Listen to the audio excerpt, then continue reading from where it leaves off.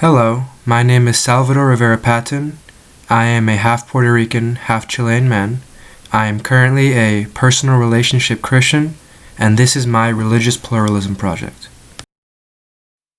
My story begins with my parents. My mother, Marjorie, and my father, Javier, were both born and raised in Catholic households. On my father's side of the family, it was my grandmother who spurred all of the interest in religion. She put my father in private Catholic schools while he was growing up, and this drilled the belief into his head. However, in his own words, this was too much and he lost interest in his faith. Despite his own lack of faith, he saw how his very devout mother and his very non-religious father were able to live together in a peaceful marriage. This is how my father got the belief that all people, no matter what religion or faith or lack of, should be treated and respected equally. To this day, my grandmother is still the most religious member of my family. She checks up on me and my faith and texts me from time to time asking me how my walk with God is going. On my mother's side of the family, although she was born Catholic, her parents were not as devout as my grandmother on my father's side of the family. And so, naturally, as my mother grew older, she grew further and further away from her faith. And this is how both of my parents were able to form a belief in God while also having a lack of belief in an organized church. And this is where I come into the story. After being born in Puerto Rico, at the young age of 3, my parents moved me and the rest of my family to California to start a new life.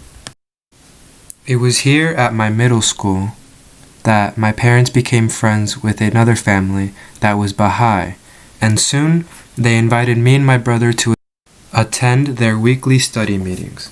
It was here at this group that I learned about the Baha'i culture and how they preach for unity and equality for all under God's kingdom. Although my faith, in terms of Christianity, was growing smaller and smaller over time, I was also making spiritual achievements through this Baha'i group. My biggest takeaway from going to these Baha'i meetings was the respect that I gained for the validity of every religion. You see, I didn't know who was right about their faith. And I also believed that I could never know who was right or wrong until I actually died. And for this, I started to gain an understanding of why every religion has a true claim to being the correct faith. At this point in my life, I was just now entering high school, and in terms of my spiritual journey with Christ, I would say that I was at my lowest. But fear not, for God will soon send me a sign. This came in the form of a new friend, my new friend named Caleb, who joined my school during my sophomore year. Caleb had grown up in Oregon, where his father was a pastor of a church and his mother was a very devout believer. However, when he was in 7th grade, his mother died, and his father moved him and his family to California. I remember our first conversation about our religion to this day, because, to be honest, it really shocked me. You see, at this point in time, I hadn't told Caleb that I was religious or even what I thought about my faith, and Caleb hadn't really shared this either with me. Moreover, most of my friends were non-religious, and so it was almost unheard of for me to speak about my religion in high school. God saw that I was missing this sort of connection and conversation in my life, and He sent it to me in the form of a friend. I don't know how to explain it, but at that moment, when I was sitting with Caleb speaking about our faith, I just knew that he was a sign from God. And I remember specifically when I asked him if he knew for sure that God was real or that his form of Christianity was the real form, he looked at me and answered honestly and said no, he doesn't know. This was a shock to me, but it was also a breath of fresh air, for every time that I'd asked someone before that question, they always claimed to know and claimed that they were the correct one, but never really thought about it and explored the possibility that they were wrong. The way Caleb explained it to me, he said that in order to have a God and actually have Him be real, we need to have faith. Without that faith, there is no reason in even trying to know. After these conversations, I had a newfound curiosity for my faith, and I went back to the same church that I used to go to when I was younger. It was there that I was able to meet a really good group to study the Bible and also a really good Sunday service ministry, and I was really happy.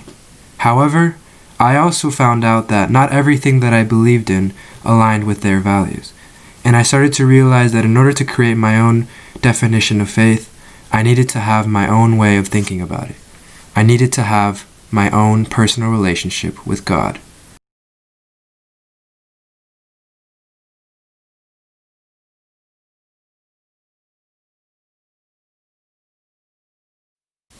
So, how has Californian religious pluralism affected me in my life? Well, for starters, my immigrant family came here with a whole bunch of different religious ideas, and to this day, all four of us have different religious ideals.